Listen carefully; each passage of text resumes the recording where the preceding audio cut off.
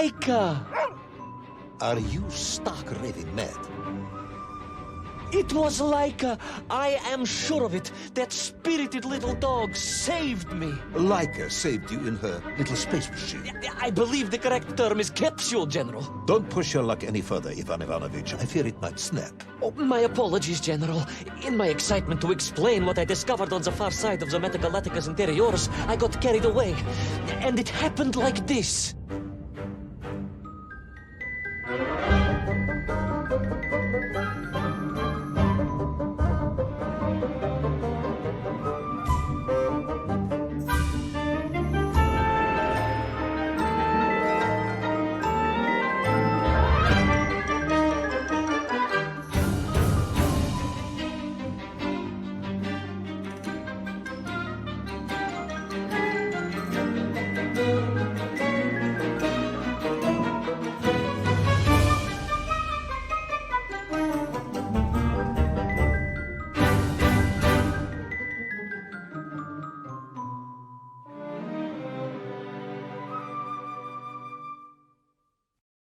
A rocky moon.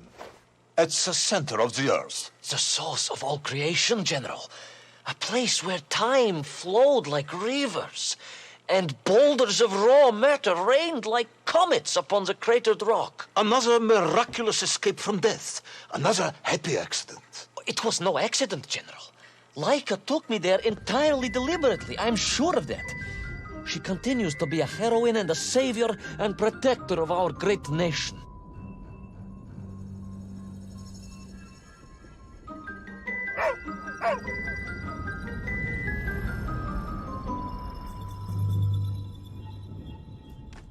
Laika died in orbit. No, General, she did not. She's very much alive and happy, and currently living several miles below our feet. Laika is dead, Ivan. She most certainly is not, General. This is the real world, Tovarish. A world where you did not go to the center of the Earth, and Laika died in orbit. In my world, General, Laika is still alive. A better world, some may argue. Very well. I will live in your world for a while longer, but time is running out. Ah, yes, time, General. I was just coming to that.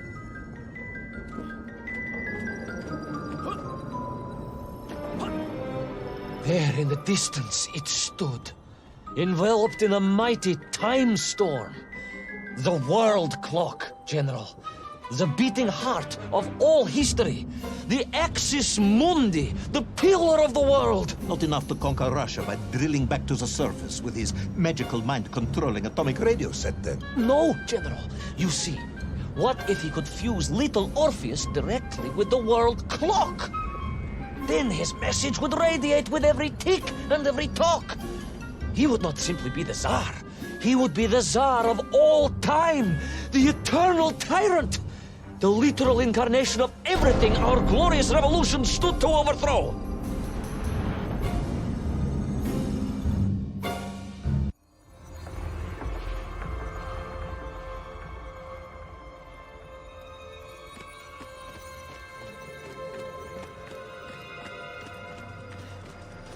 Sonikiv! Uncanny, General. But it was somehow different. I felt no cold. The waves were motionless. Indeed, it was as if I had stepped free of those rivers of time and stood on entirely motionless ground. And there in the distance, What? debris from Tsarya and tall slave mines had washed up here, almost as if I were meant to find it. And there, amongst it, the winking of steel led me to a blasting cap, and a plan began to form.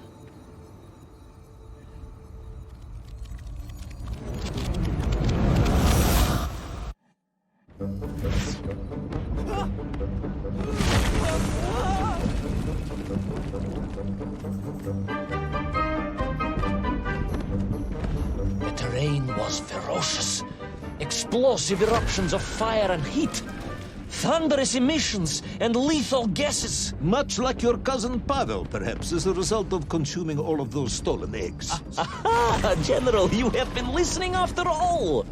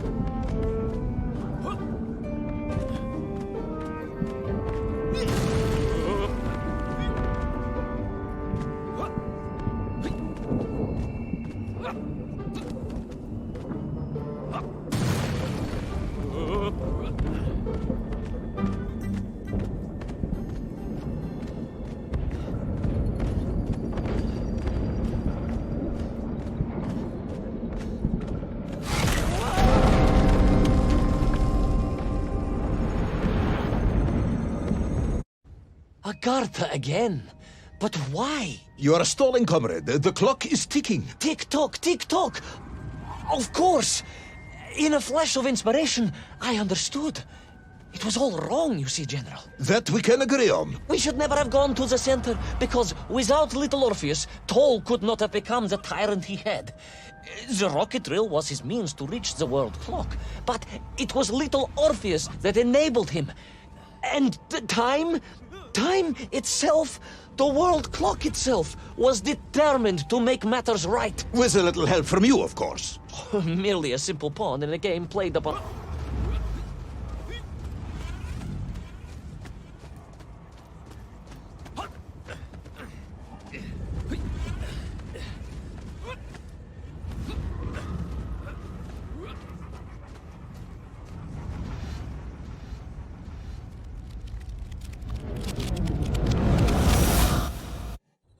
And I was back. The mighty river of time roared past me, carrying the weight of the whole of history with it. Even for you, this is a stretch. Our time is almost up. I have to submit my report within the hour. Time, General. Time was nearly up indeed. That ancient and magical river that carried me along was surely moving inevitably towards some kind of end.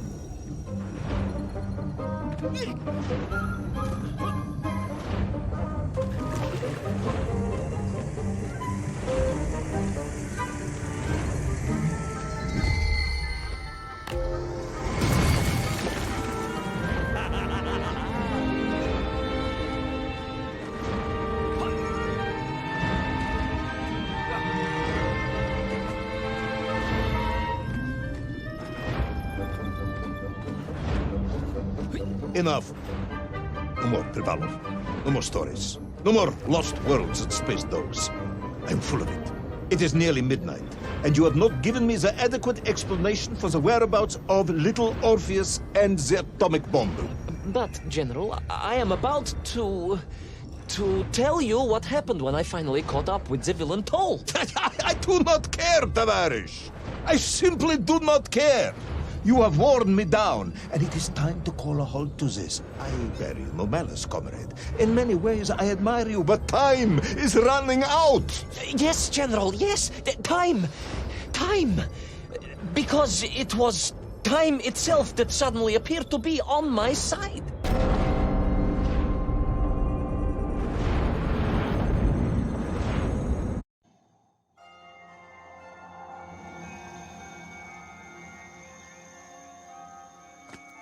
Perhaps the world clock was so impressed with your egg-wearing antics it decided to return you to Plutonia for a second attempt. I would strongly suggest you cut to the chase. The chase, yes. The pursuit of Toll and little Orpheus. I stood there with the resin fragment in one hand and the blasting cap in the other, and then, just like that, a clock began to ring. The world clock? No, General, an alarm clock. My Slava alarm clock, in fact, given to me by Auntie Marsha. The one who married the beef investigator. The very same. And the moment I saw that clock, I knew what I had to do.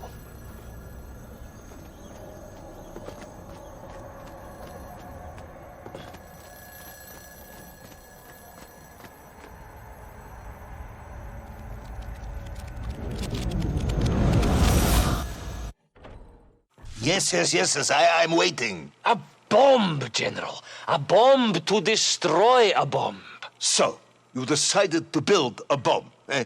A bomb to destroy little Orpheus. It was a simple plan, really, General. Yes, you are very fond of your simple plans.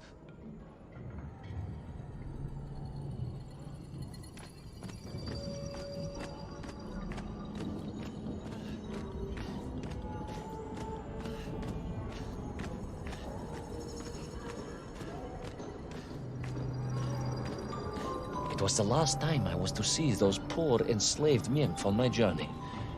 As they scurried in agitation around the base of the rocket drill, now a dreadful weapon of war in the hands of a madman, I was reminded of my mother. Your mother looked like a nymph? That is extremely disrespectful, comrade. No, I meant I was raised by my mother from an early age, of course. My childhood memories of my father were all too brief. You are rambling, comrade Privalov. Time is running out. Dieni Rezinovi.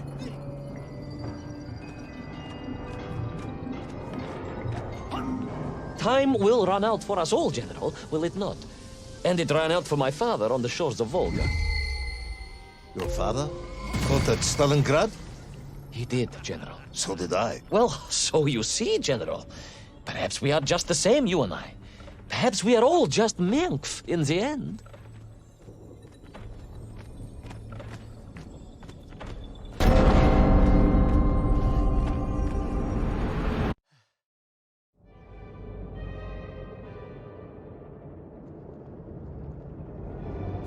What possible use in the construction of a bomb could be found in the belly of a giant whale?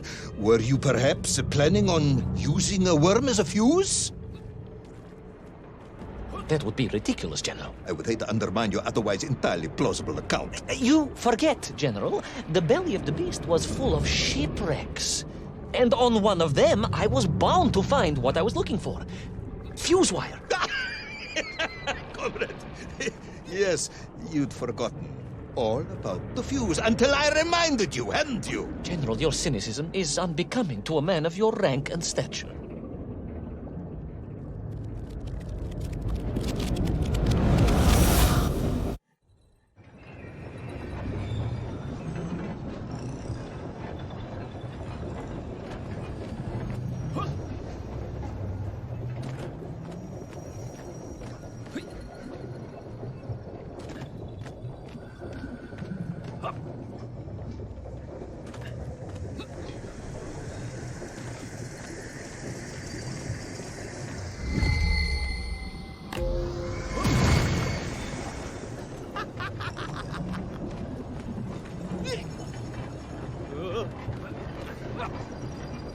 The clock was now ticking, General. Literally.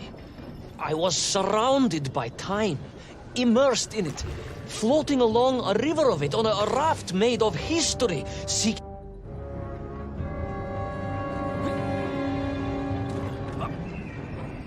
The clock was now ticking, General. Literally.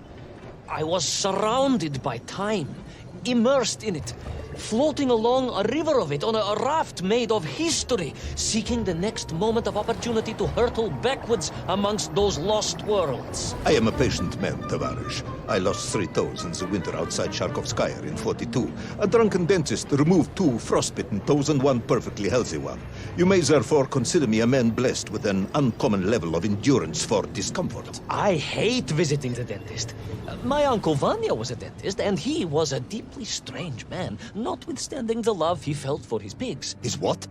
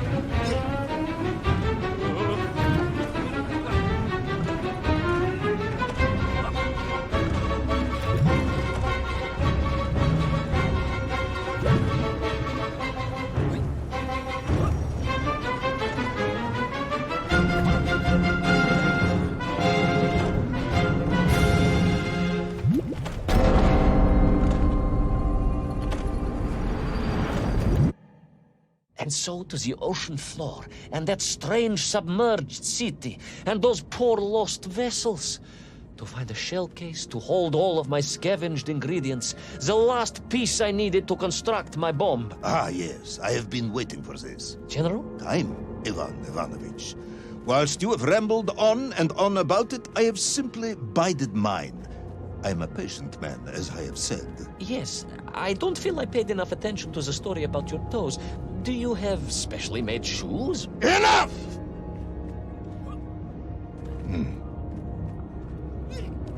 Now I have your full attention. Indulge me, Tavares. Explain to me how you made this bomb. General? Your bomb, comrade, that you so brilliantly constructed to destroy little Orpheus. Tell me how you made it.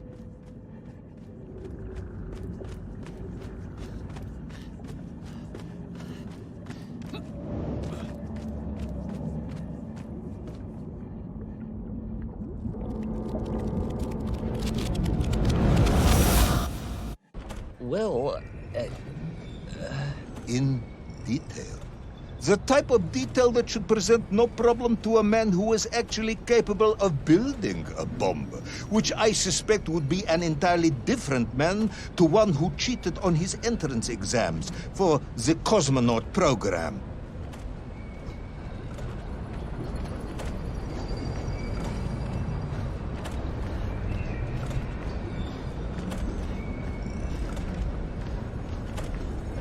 You are uncharacteristically silent, comrade. Cat, got your tongue? if I may, General, perhaps just a minute or two to gather my thoughts? There are precious few minutes left. We have reached our conclusion, I think.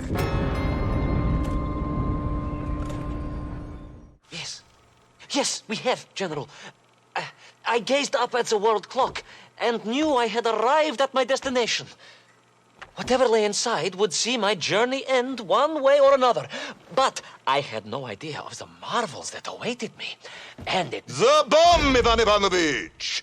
Tell me how you built the bomb! it was a wonderful sight. The world... It is 2 minutes to midnight, Ivan.